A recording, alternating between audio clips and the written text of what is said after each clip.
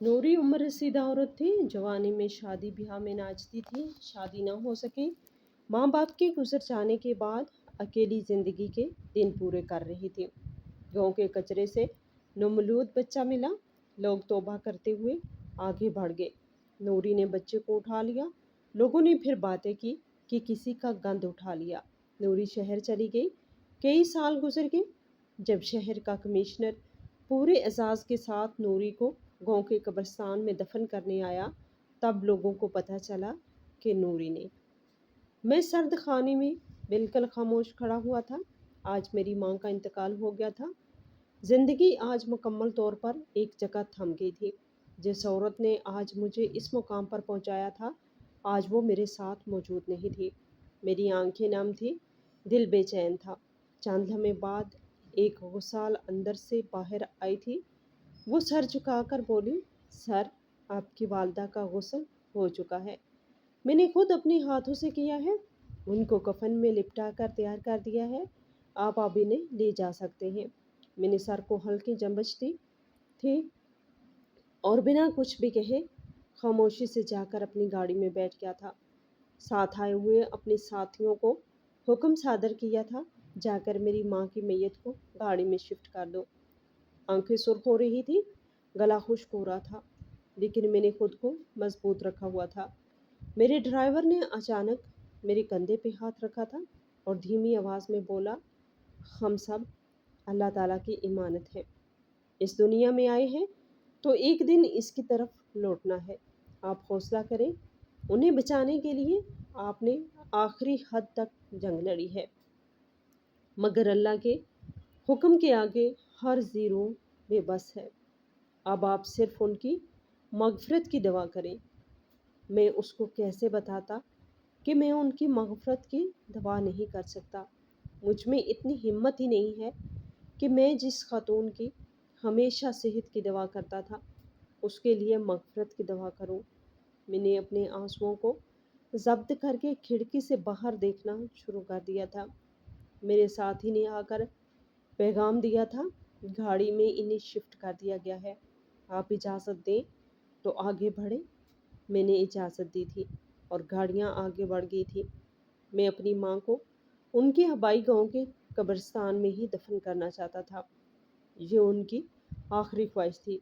यहाँ से सफ़र काफ़ी लंबा था, मगर मैंने पूरी तैयारी कर रखी थी। गाड़ी में बर्फ़ रखी थी ताकि उनकी बॉडी को किसी भी तरह का नुकसान न हो। मैं चाहता था जितना जल्दी हो सके उन्हें मट्टी नसीब हो जाए, मगर उनकी इस ख्वाहिश के आगे मैं बेबस हो गया था।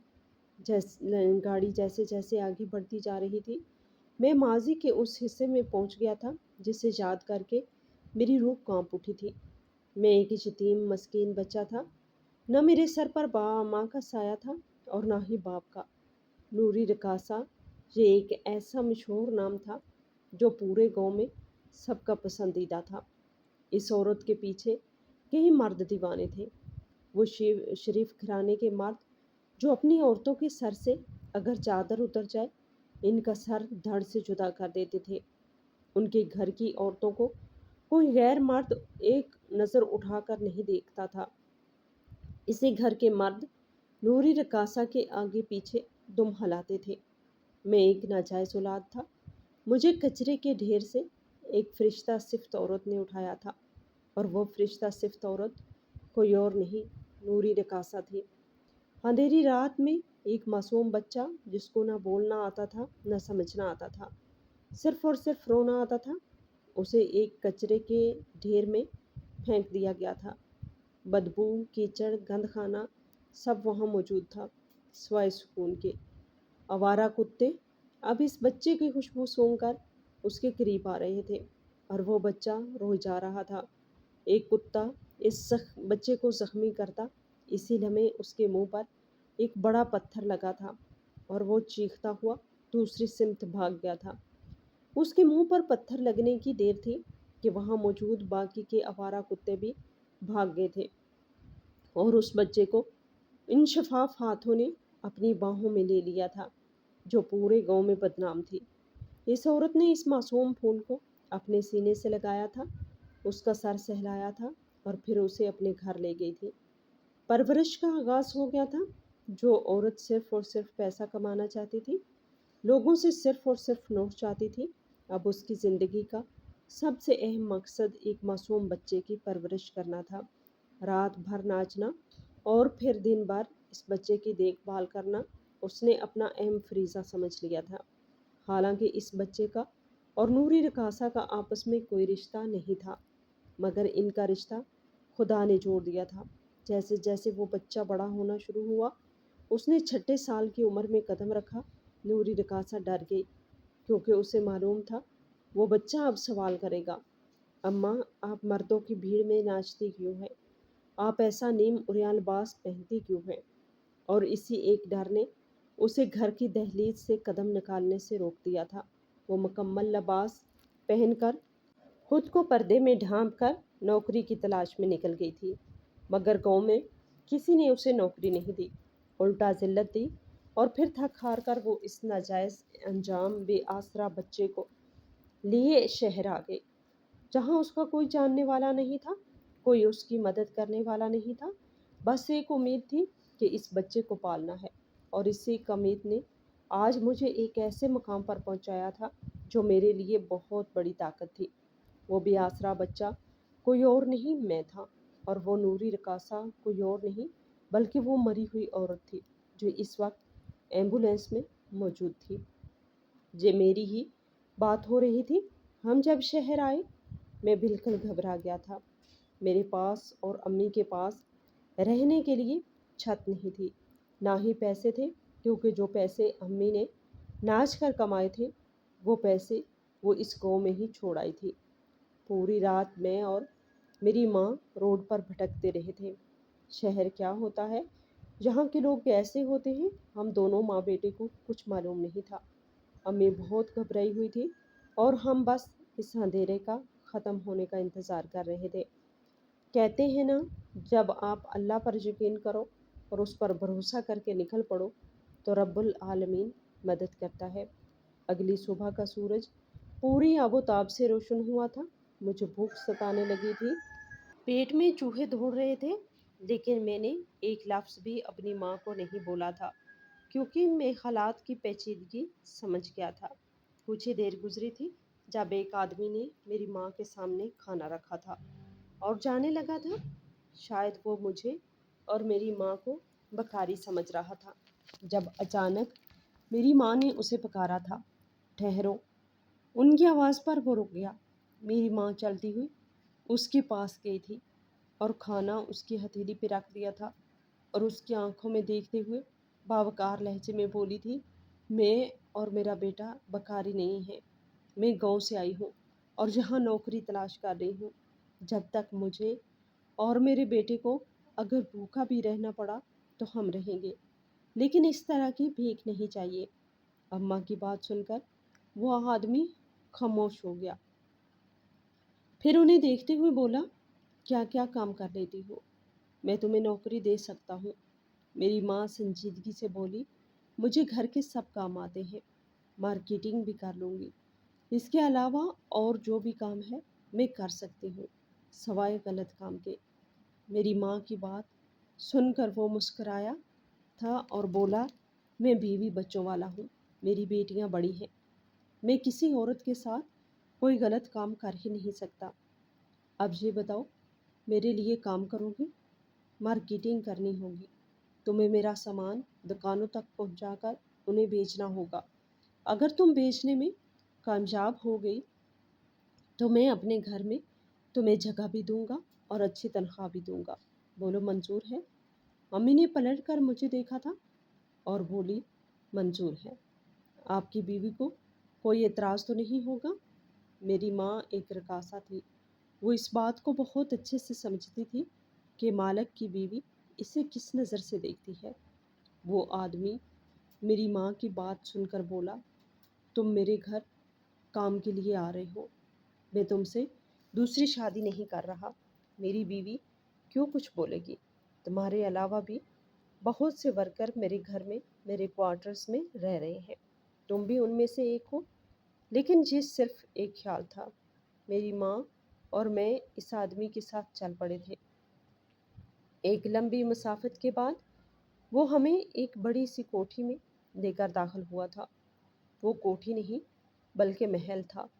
میں حیران ہو کر کوٹھی دیکھ رہا تھا جب انہوں نے ایک طرف قطار سے بنے ہوئے کمروں کی طرف اشارہ کیا تھا اور نرمی سے بولے، یہاں پر کافی ملازمین رہتے ہیں، ایک کمرے میں 2 ملازم، مگر تمہارے ساتھ ایک بچہ ہے، اسی لیے میں تمہیں ایک کمرہ دوں گا جہاں تم اپنے بچے کے ساتھ رہ سکتی ہو۔ مجھے بس کام میں کوتاہی نہیں چاہیے، باقی میں تمہاری مدد کے لیے ہمیشہ حاضر ہوں۔ کھانا بھیجتی ہوں جب تک تم کونے والے کمرے میں اپنی اولاد کو لے کر چلی جاؤ۔ امی مجھے لے کر اس کمرے میں آ گئی تھی۔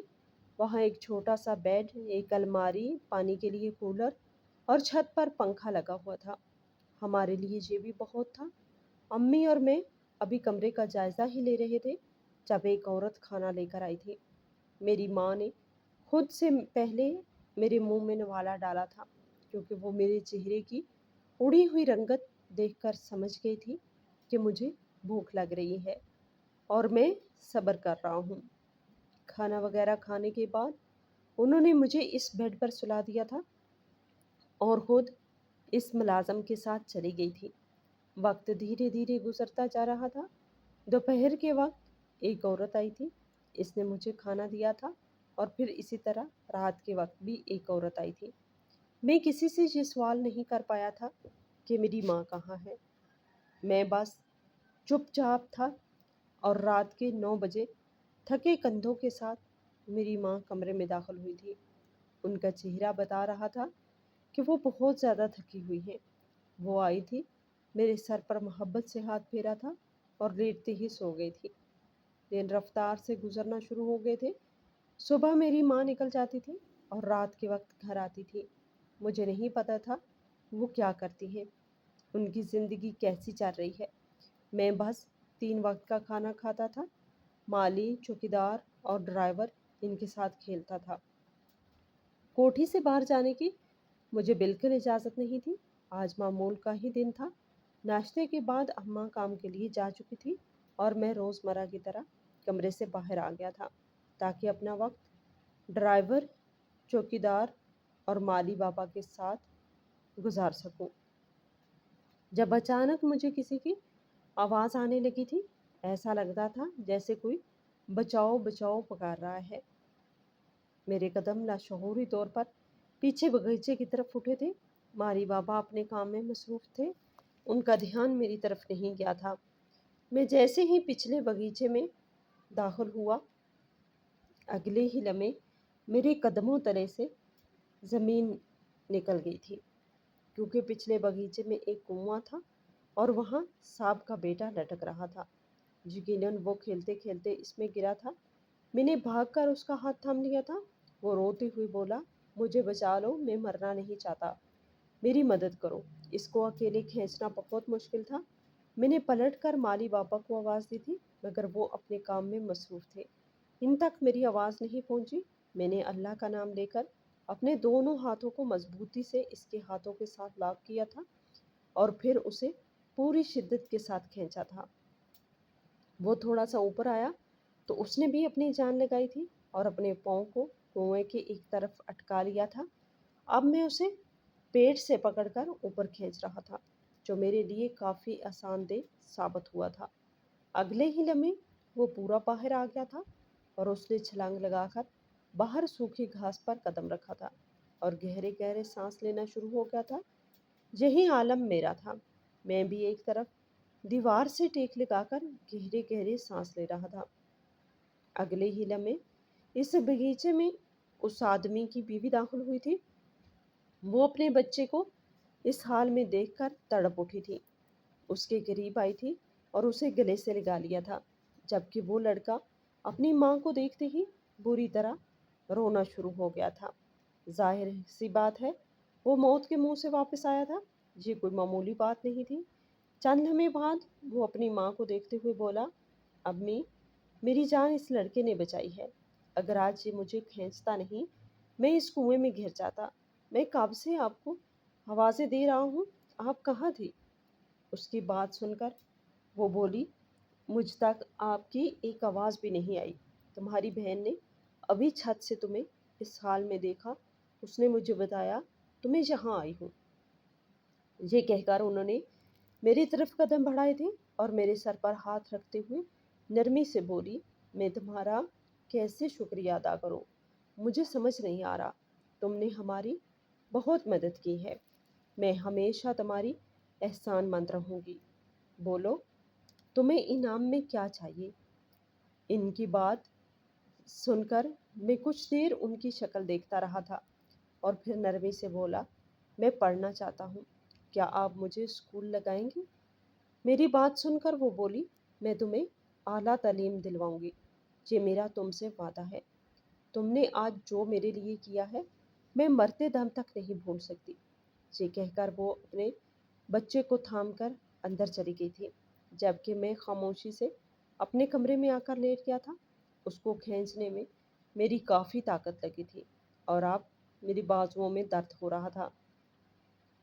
कब मैं गहरी नींद सोया, मुझे कुछ इल्म ही नहीं था।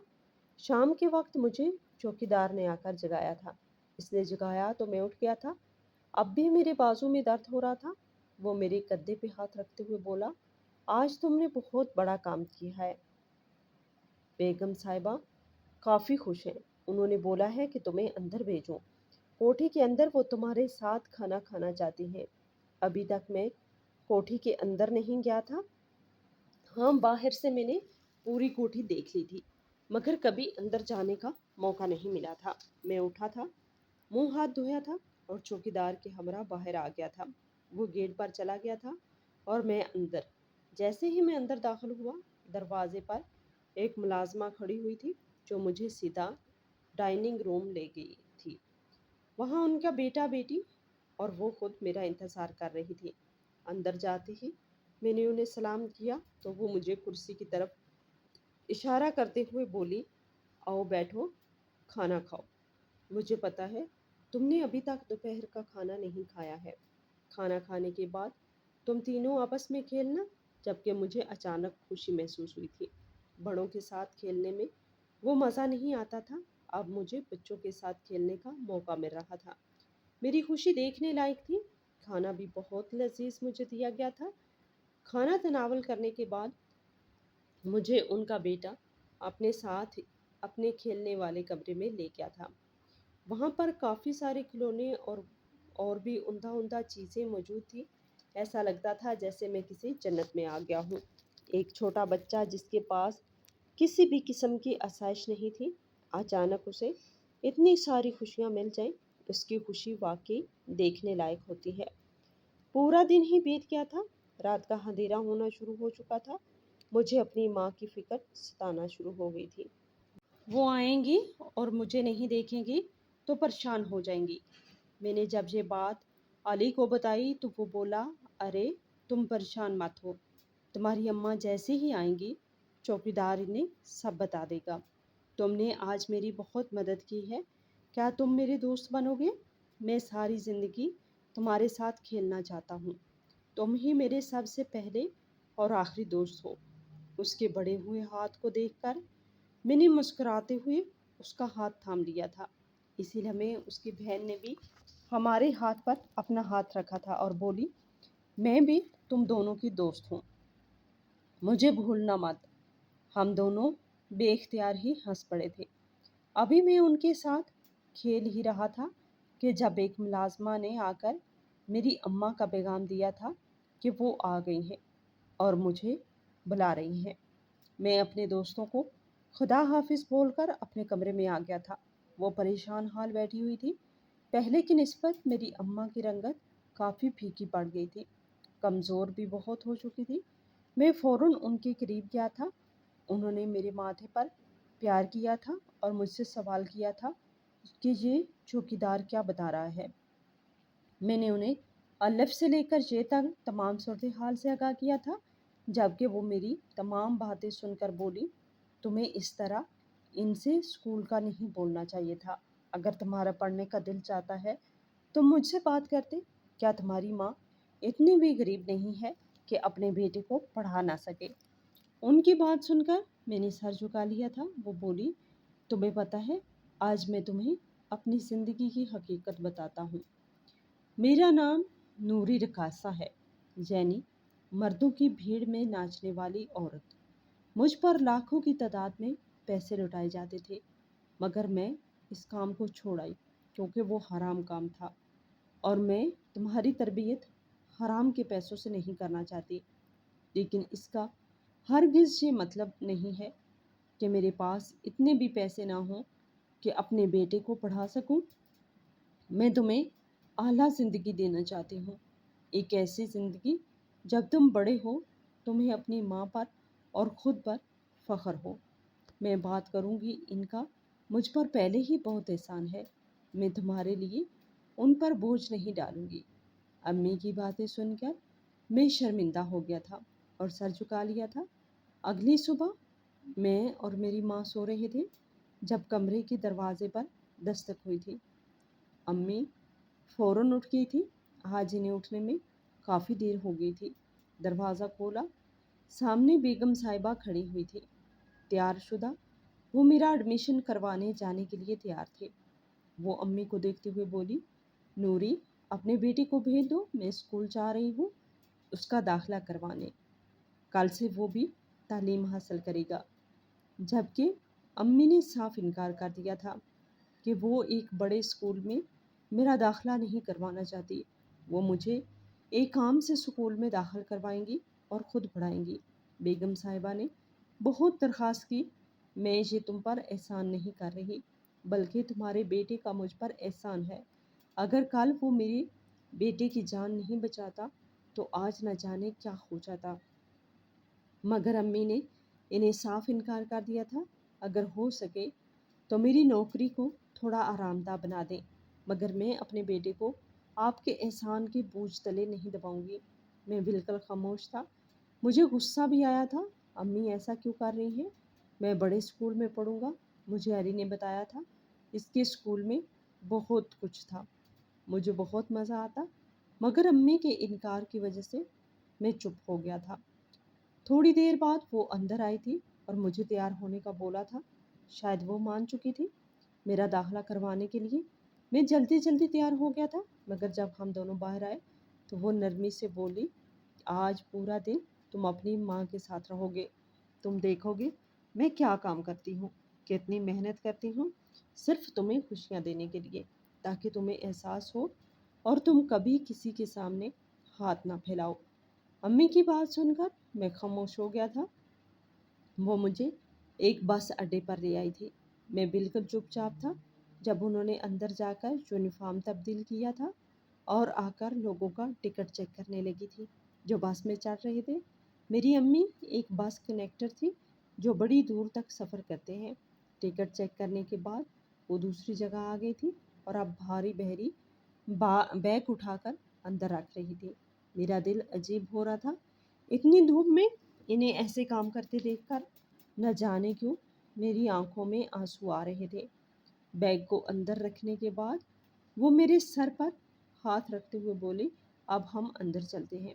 یہ کہہ کر وہ مجھے بس کے اندر لے آئی تھی اور میں ایک طرف بیٹھ گیا تھا۔ گاڑی چل چکی تھی، اگلے ہی لمحے امی ایک طرف کھڑی ہو گئی تھی۔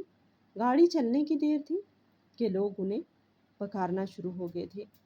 کبھی کوئی ان سے پانی مانگ رہا تھا، کبھی کوئی ان سے کھانا مانگ رہا تھا، کبھی کسی کو کمبل چاہیے تھا، کبھی کسی کو تکیہ چاہیے تھا۔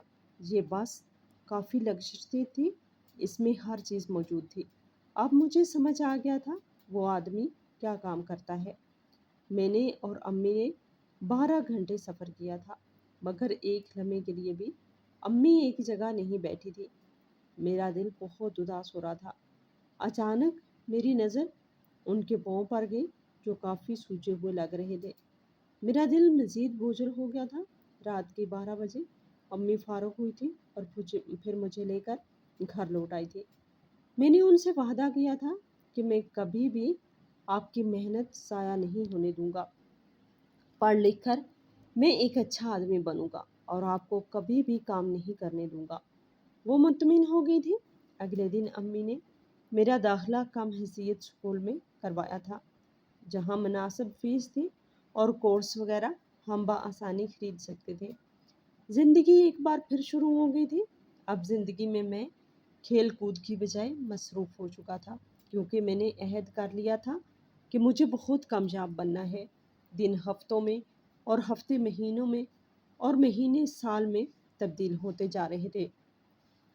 जैसे जैसे वक्त बढ़ रहा था, अम्मी की उम्र भी बढ़ रही थी, और उनकी ऐसी हालत देखकर मेरा दिल बहुत उदास हो जाता था। कितने कितने घंटे वो बस में खड़ी रहती थी और वो एक लफ्ज़ भी नहीं बोलती थी, सिर्फ मेरी खातिर। इस दरमियान अली और उसकी बहन आयज़ा मेरे बहुत अच्छे दोस्त थे। अक्सर मैं पढ़ाई में इन दोनों की मदद लेता था, क्योंकि उनका स्कूल मेरे स्कूल की निस्बत बहुत बेहतरीन था। उसकी अम्मी भी मुझे पसंद करती थी। अक्सर वो मुझसे कहती थी, जब तुम यूनिवर्सिटी जाओगे तुम्हारी माँ कुछ भी कहती रहे, मैं खुद तुम्हारे सेमेस्टर की फ़ीस अदा करूँगी, और तुम कभी भी पढ़ाई को लेकर मायूस नहीं होना। अगर नूरी तुम्हारी माँ है तो मुझे भी अपनी माँ समझा करो। वक्त और तेज़ी से गुजर रहा था, और मैंने कॉलेज में कदम रख लिया था। अब अम्मा की हालत ऐसी नहीं थी कि वो कंडक्टरी करती। साहब ने उन्हें घर के कामों के लिए रख लिया था, और अब वो घर के काम करती थी। मुझे भी इत्मीनान हो गया था कि अब इन्हें मसलसल खड़ा नहीं होना पड़ता। कॉलेज की कोई फ़ीस नहीं थी, क्योंकि मैंने एक सरकारी कॉलेज में दाखिला लिया था। आयज़ा और अली दोनों मुझसे नाराज़ हुए थे कि तुम हमारे साथ क्यों कॉलेज नहीं चल रहे। अली ने बाकायदा घर में एहतजाज किया था कि वो भी गवर्नमेंट कॉलेज में दाखिला लेना चाहता है, मगर ऐसा मुमकिन नहीं था। उसका बाप एक रईस आदमी था, वो भला क्यों अपनी औलाद को गवर्नमेंट में पढ़ाता। दिन और तेज़ी से गुजरना शुरू हो गए थे। अम्मी अब हर वक्त मेरे साथ रहती थी। अभी तक मुझे नहीं मालूम था मेरी असल ज़िंदगी क्या है, क्योंकि उन्होंने कभी मुझे बताया ही नहीं था कि मैं एक लेपालिक हूँ। वक्त गुजरा और मेरा कॉलेज ख़त्म हो गया था। मैंने भी एक पार्ट टाइम जॉब शुरू की थी, एक रेस्टोरेंट में, जहाँ मुझे कैशियर की जगह पर बैठाया जाता था। मैं हिसाब किताब में बहुत अच्छा था, इसीलिए मुझे फ़ौरन वहाँ रख लिया गया था। अली और मैं इतने गहरे दोस्त थे कि एक साथ खाना खाते थे, और अक्सर ऐसा होता था, अली कभी मेरे कमरे में और मैं कभी अली के कमरे में सो जाता था। हमने फैसला कर लिया था कि यूनिवर्सिटी में साथ ही दाखिला लेंगे, और मैंने अपने आगे की तालीम के लिए उसके बाबा से पैसे उधार लिए थे। अम्मी ने इतराज़ किया था कि अगर पैसे नहीं हो रहे तो तुम आगे पढ़ाई मत करो, मगर मैंने हार नहीं मानी थी, और उनसे साफ कह दिया था कि अम्मी, मैं कमिश्नर बनना चाहता हूँ, मुझे आला तालीम चाहिए और उसके लिए पैसे चाहिए। मैं उनसे एहसान नहीं ले रहा, मैं उनका पैसा वापस कर दूंगा।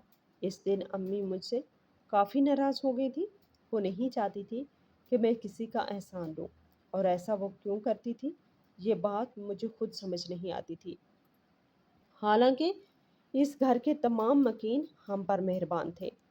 आज मामूल का ही दिन था। मैं अपने कपड़े तलाश कर रहा था जब मैं अम्मी की अलमारी में घुस गया था, क्योंकि मुझे एक सफ़ेद शर्ट नहीं मिल रही थी।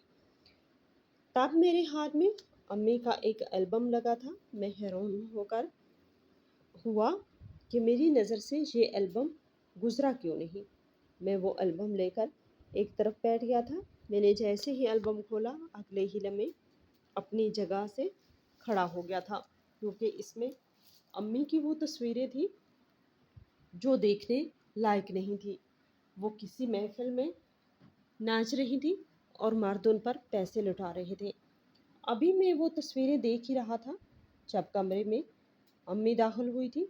उनके हाथ में खाने का सामान था, मगर मेरे हाथ में वो तस्वीरों को देखकर इतना घबरा गई थी कि वो खाना उनसे गिर गया था। वो फ़ौरन मेरे करीब आई थी और मुझसे वो तस्वीरें छीन ली थी, जबकि मैं उन्हें देखते हुए बोला, ये सब क्या है? आप कौन हो और मैं कौन हूँ? मेरा बाप कौन है? मैं एक के बाद एक सवाल कर रहा था। चंद लम्हे बाद उन्होंने सर झुका लिया था और फिर मुझे मेरी हकीकत बताई थी। साथ ही एक ऐसा इंकशाफ किया था जिसे सुनकर मैं बिल्कुल खामोश हो गया था। उनका कहना था कि गाँव छोड़ने की असल वजह तुम्हारी तरबियत के साथ एक ऐसा डर भी था कि लोग मुझे गलत नज़रों से देख रहे थे।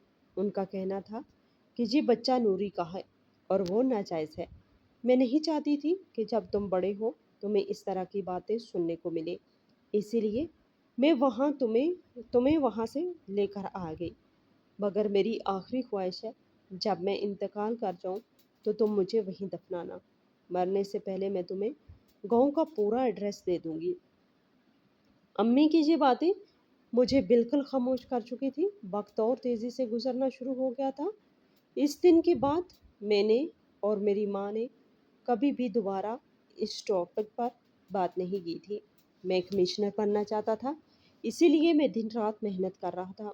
दूसरी तरफ अली अपने बाप के बिजनेस की तरफ मुतवज्जो था और आयज़ा के लिए रिश्ते तलाश किए जा रहे थे।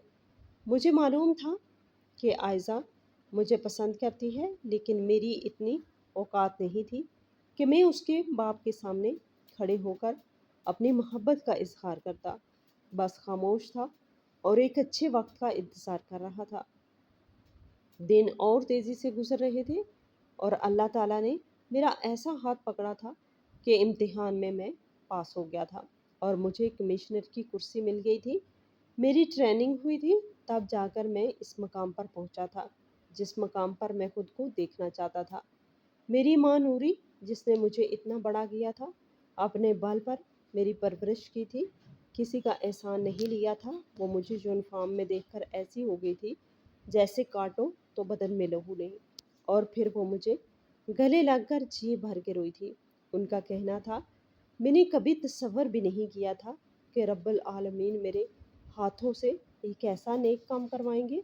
मुझे अक्सर लगता था मुझे अक्सर लगता था जब भी मैं मर्दों की भीड़ में डांस कर रही होती थी कि मेरे मुकद्दर में सिर्फ जहन्नम है।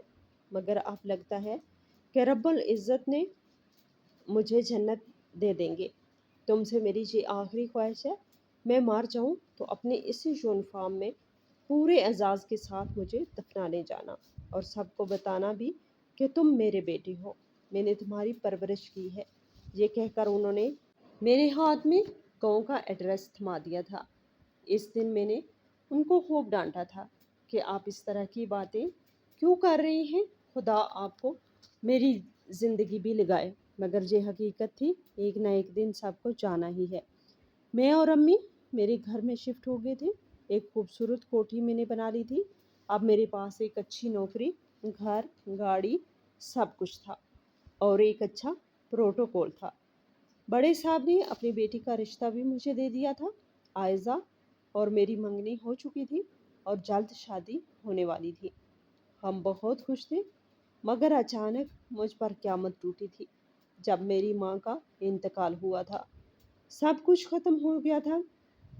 बड़े साहब और अली ने मुझे मशवरा दिया था कि तुम इनकी तदफीन यहीं कर दो, मगर मुझे मेरी माँ की आखिरी ख्वाहिश याद थी जिसे मैं किसी भी कीमत पर नज़रअंदाज नहीं करना चाहता था। और अब मैं गांव की तरफ ही लौट रहा था। एक लंबी मसाफत तय करके हम गांव के कब्रिस्तान पहुंच गए थे। वहां पर एक साथ इतनी बड़ी बड़ी गाड़ियां देखकर लोग अपने घरों से बाहर आए थे। सबसे पहले मैंने अपनी माँ की तदफीन की थी। नमाज जनाजा अदा हो चुका था और फिर तमाम लोगों के सामने खड़े होकर बआवाज़ बुलंद सबको बताया था कि मैं कौन हूँ, मेरी पहचान क्या है, जबकि सब हैरान होकर मुझे देख रहे थे। पूरा कब्रिस्तान मैंने फूलों से नहला दिया था। मेरी माँ इस दुनिया से गई थी, एक अजीम माँ जिसने खून का रिश्ता न होने की होते हुए भी एक खून के रिश्ते से बढ़कर मेरे लिए किया था। मैं इस दिन कब्र पर बैठकर बहुत रोया था। मेरे साथ ही मुझे मुसलसल हौसला दे रहे थे अली और आयज़ा, वो भी कुछ ही देर में पहुंच गए थे। इन दोनों ने भी मुझे बहुत संभाला था, लेकिन मेरी हालत बहुत बेजान हो रही थी। मैं अपने घर आया था। अम्मी ने मुझे घर का एड्रेस भी दिया था। वहाँ पर काफ़ी पैसे रखे हुए थे। यकीनन वो पैसा मेरी माँ का उस कमाई का था जो उन्होंने इस वक्त नाच कर कमाए थे। میں نے ان تمام پیسوں کو آگ لگا دی تھی اور خاموشی سے اس مکان کو دیکھنے لگا تھا جہاں میں نے اپنی زندگی کے 6 سال گزارے تھے، اور میری ماں نے وہ اذیت بھرے لمحے گزارے تھے جس کے بعد انہوں نے اتنی محنت کی تھی کہ اپنی اس آسائش بھری زندگی کو بالکل اپنی زندگی سے مٹا دیا تھا۔ کافی لوگ میرے پاس آ رہے تھے، مجھ سے اجازت کر رہے تھے، گاؤں کے سرپنچ، ڈاکٹر، یہاں تک کہ گاؤں کے اس شخص نے بھی مجھ سے اجازت کی تھی جو میری ماں کو صرف ایک بازارو عورت سمجھتا تھا۔ کسی کو یقین ہی نہیں آ رہا تھا کہ نوری کا بیٹا اس مقام پر پہنچ گیا ہے۔ میری ماں کاش ایسی خوشی اپنی آنکھوں سے دیکھتی۔ یہی ایک بات مجھے تکلیف دے رہی تھی۔ تقریباً 2 دن میں وہی ٹھہرا تھا اور پھر تمام چیزوں سے دستبردار ہو کر اپنے گھر لوٹ آیا تھا۔ دن ہفتے مہینوں میں تبدیل ہوتے ہوئے تھے اور ٹھیک 6 مہینے بعد میں نے عائشہ سے شادی کر لی تھی، کیونکہ یہ گھر کی تنہائی مجھے کاٹتی تھی۔ ماں کی کمی مجھے سکون نہیں لینے دیتی تھی۔ مجھے آج بھی نہیں معلوم میری اصل ماں اور میرا اصل باپ کون ہے، بس مجھے اتنا ہی معلوم ہے کہ میں نوری کا بیٹا ہوں۔ میں اللہ تعالیٰ سے اب یہی دعا کرتا ہوں کہ جب روز محشر مجھے اٹھایا جائے تو مجھے نوری کی اولاد کہہ کر ہی پکارا جائے اور کسی اور کی اولاد سے نہیں جاننا چاہتا۔